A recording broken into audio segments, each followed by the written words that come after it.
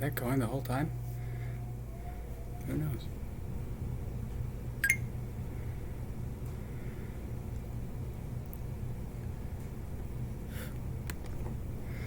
But to show him that his presence also matters, that he too is a valid social participant and worthy at the very least of a pretty girl's polite social graces.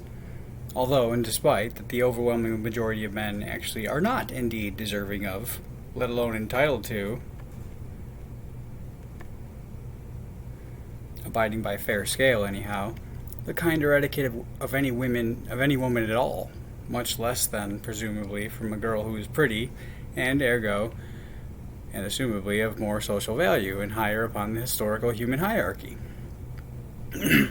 Insomuch that the vast majority of men wouldn't show the same social consideration or kindness unto the proximity of an unfortunate-looking woman, of equitable disparity in attractiveness unto themselves, even so far as that the vast majority of men would so much sooner laugh at a fat girl being beaten in front of them than they would intercede at all on a fat girl's behalf.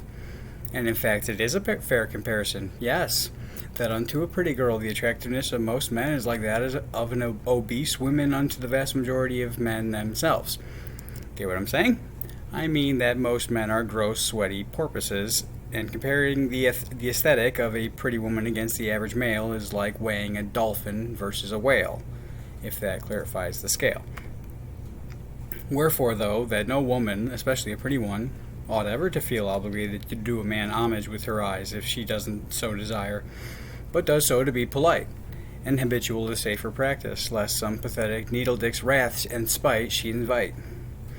Yet in so doing, in respecting the fragile little feelings of men, by greeting with her eyes every man in every new space into which she enters and which she must need share for any extended duration, and thusly mitigating his easily shattered ego, and thusly pacifying his porcelain little persona, by thusly coddling man's puny little character, she risks all too often, and with each individual man, incurring his interpretation, the boundless invitation that he'll infer to stare at her unabashedly, and to communicate unto her as often as possible his appetite for her lust. Now, I possess some small yet fair amount of perspective as to the truth of such thing, as to the basis of her complaint, how that this local man has absolutely no notion of and lacks all inclination toward behavior that resembles anything like social grace or refinement or tact, like how not to stare at someone super awkwardly as though they were invisible to the person of their fixation, or how to have a thought or an impulse or a desire and not to wear it blatantly on their face, or how to first discern, then accept refusal and rebuff, and then subsequently to stop pursuing at every optic opportunity more confirmation of their own rejection once somebody has thoroughly and repeatedly and utterly failed to reciprocate interest and has denied their every optic suggestion.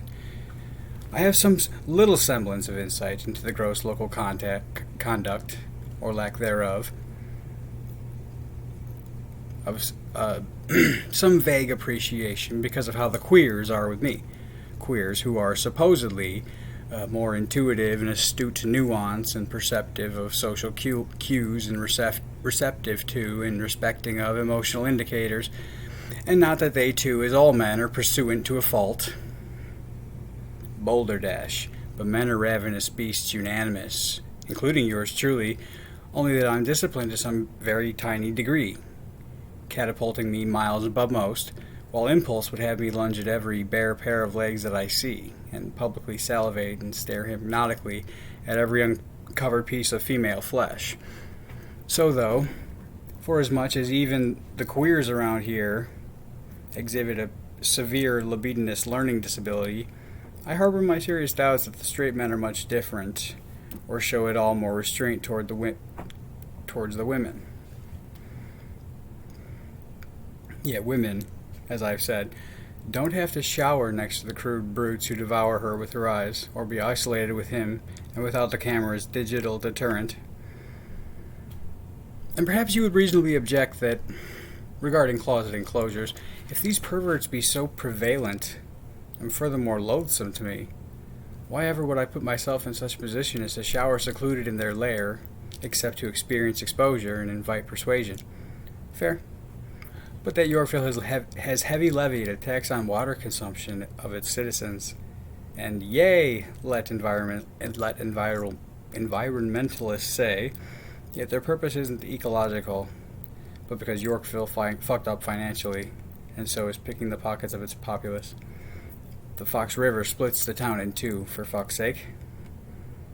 And as I'm not paying the water bill, but my aunt has generously taken upon me the burden of my helpless person, I'm obligated to spare her the expense and take the one priced into my membership fees of the gym, or else go to my work in the basement for the next dozen hours at least, the next several many hours, smelling like sweaty nutsack and ass crack, that my very work is hindered by it, and trapping the awful funk into the couch on which I sit, that it wears an offensive cologne of sweaty nutsack and ass crack now too. Other than that, I mitigate the risk of rape by avoiding the showers through hours of high risk when hormones surge, like after dark on Friday or Saturday, or during the full moon. The gym, though, as I've also said, has always reeked of rectal play and run rampant and lousy with sodomites. I think I was there all of a month when I overheard one filthy hombre invite the less filthy hombre to some after-hours homoeroticism. Picture an uppercase E, but with an extra concave section. That's the layout of the men's locker room, with vertical column pairs of lockers lining the inner three-face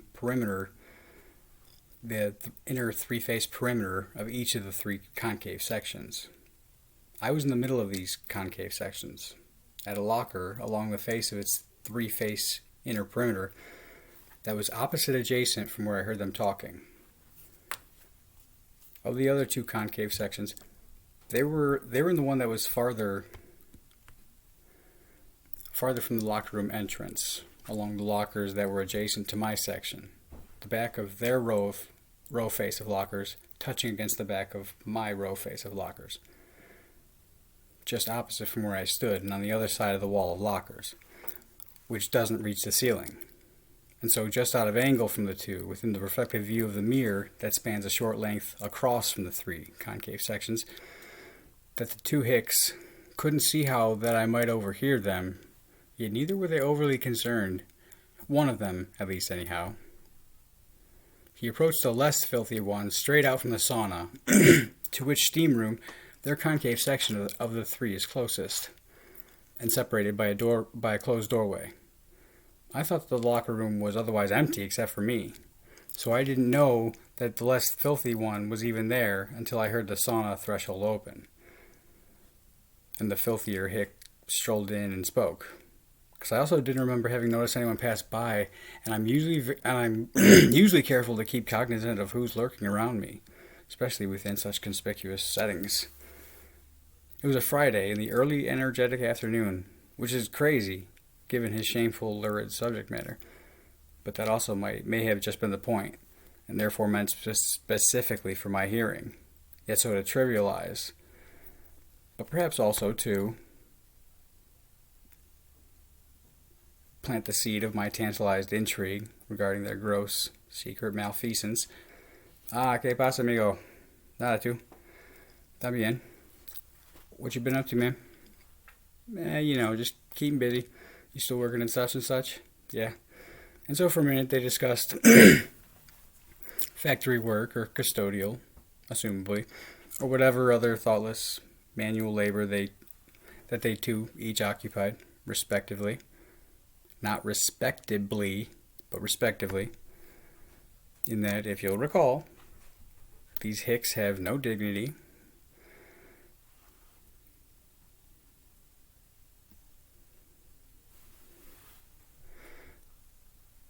But then the filthier one.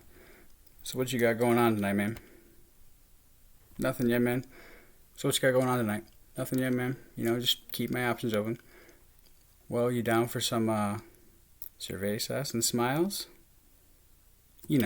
Cervezas, like drunk and horny, and smiles, like it's the end of the night, and it's just us ugly chuds, left standing around, and since no woman wants to fuck any of us anyway, and as we're all a bunch of perverse pigs trapped in perpetual pubescence, and since none of us has any pride or principles or shame or sacred honors for our mother, or any control whatsoever over our base primordial impulses, but need only a warm hole to insert our ugly, chubby little chode-chub dicks, chode-cock nubs, but as we're all still embarrassed of our morbid, unnatural foggetry, yet have on the mind nonetheless the same grotesque gratification and aversion towards simply going home and jerking off at the end of the night, and as, let me reiterate, we're all a bunch of ugly pigs who females find unfuckable, and even though we ugly chuds have no biologic inclination towards homoeroticism, neither were we specifically, like others, born gay, that is, eunuch, from the womb,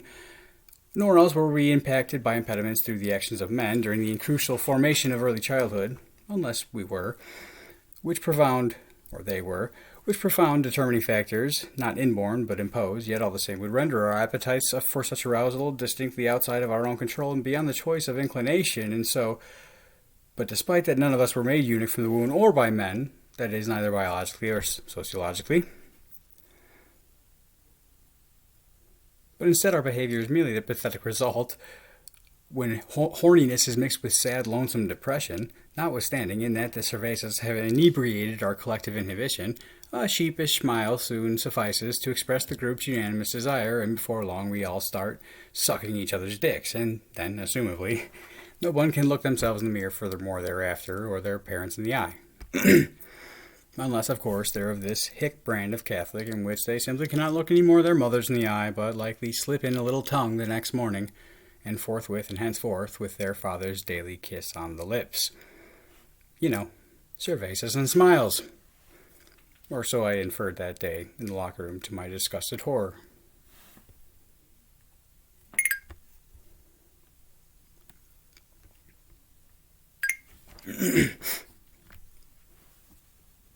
To his great credit, though,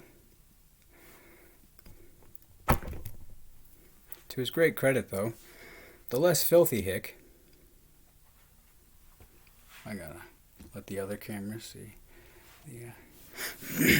The less filthy hick, he politely declined the filthier one's invitation, or he had, at least, the good sense and decency to feign disinterest, lest anyone be listening who might have been there.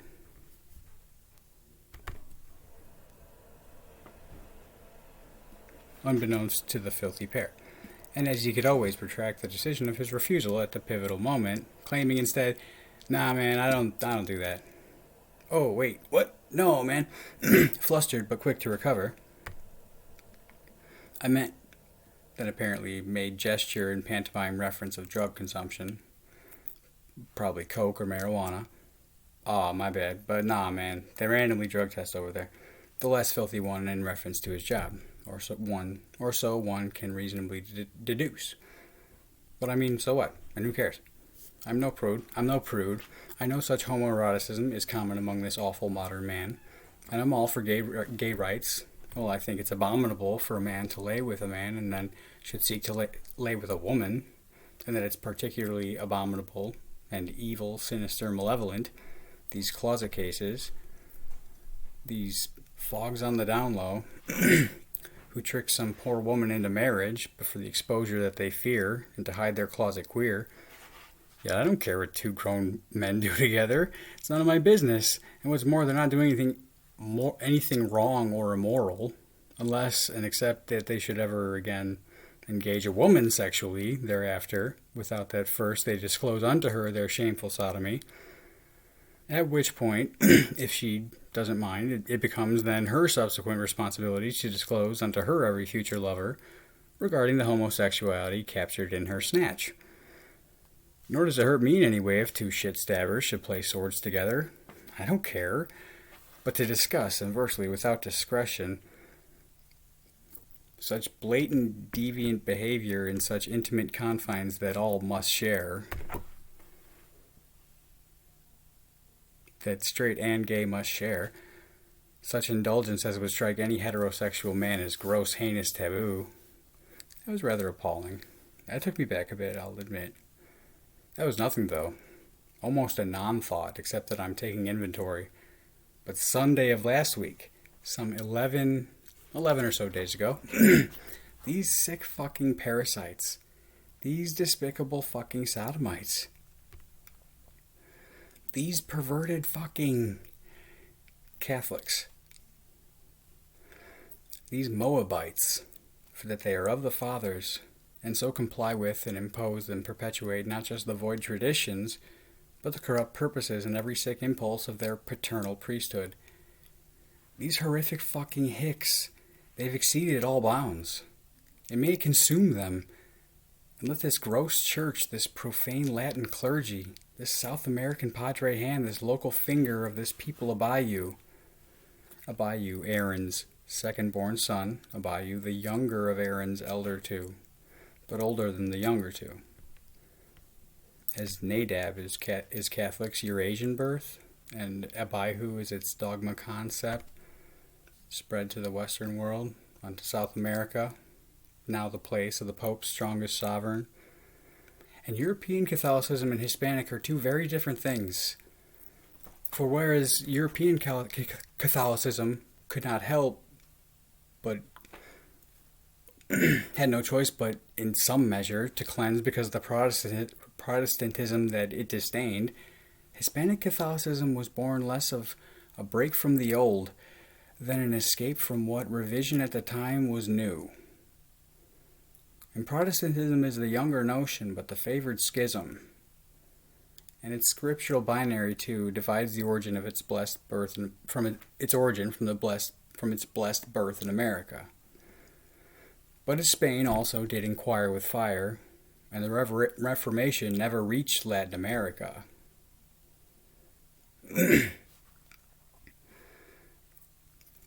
But as Hispania has had strict control over its own Christian destiny, and what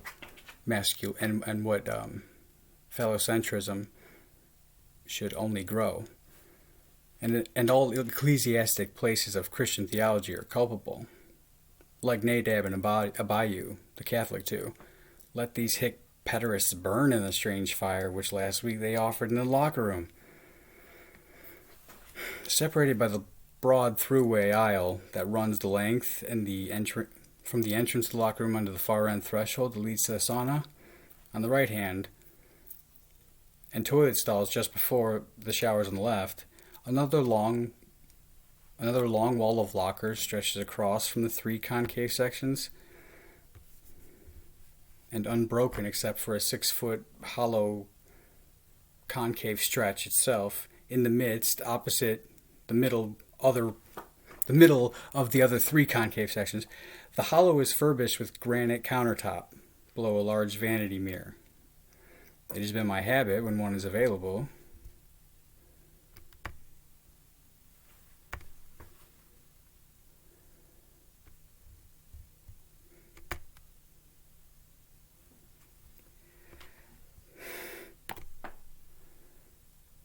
It has long been my habit, when one is available, to claim one of the end lockers that's adjacent to this hollow. Upon my arrival to the gym, before I embark on my exercise, I handle many objects out of my bag: keys, phone, earplugs, water bottle, combination lock, and toiletries, and a towel, and change of clothes if I plan on showering, and afterwards back into it as I prepare to depart. And so the countertop proves convenient. And they know all this, my oppressors, these Midianites, as they make it their business to exploit the nuance of my every habit. When I entered into the locker room some 11 days ago, book bag upon my back, I discerned only one other person present within. He was sitting at the near end of the bench that spans the middle of the middle concave section. That he wasn't very far away across the broad aisle, opposite the little hollow with the mirror. Yes, he clearly wasn't going to use the countertop, wasn't using it, sitting rather in front of his own open locker, facing 3, if the mirror is 6. I dropped my bag upon the center of it, claiming my monopoly of the granite surface, and so unzipped my bag and got to work handling half a dozen trinkets.